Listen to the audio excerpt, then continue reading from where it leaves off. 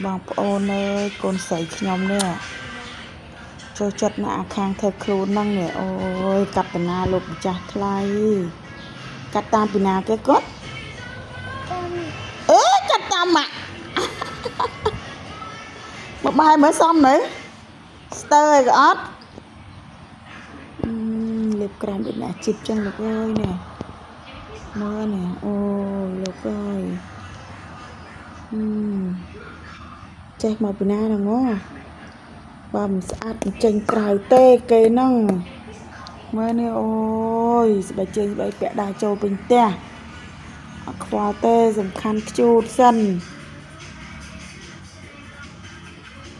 អូហៀមាត់ឲ្យក្រែមមកអូចេះតែយកក្រែមឬអីបានលាបទៀតណាបងប្អូនកូនខ្ញុំមិនធម្មតាមើលស្អាតណាស់ងើបមកតិចញ៉ាំមួយហើយដល់ក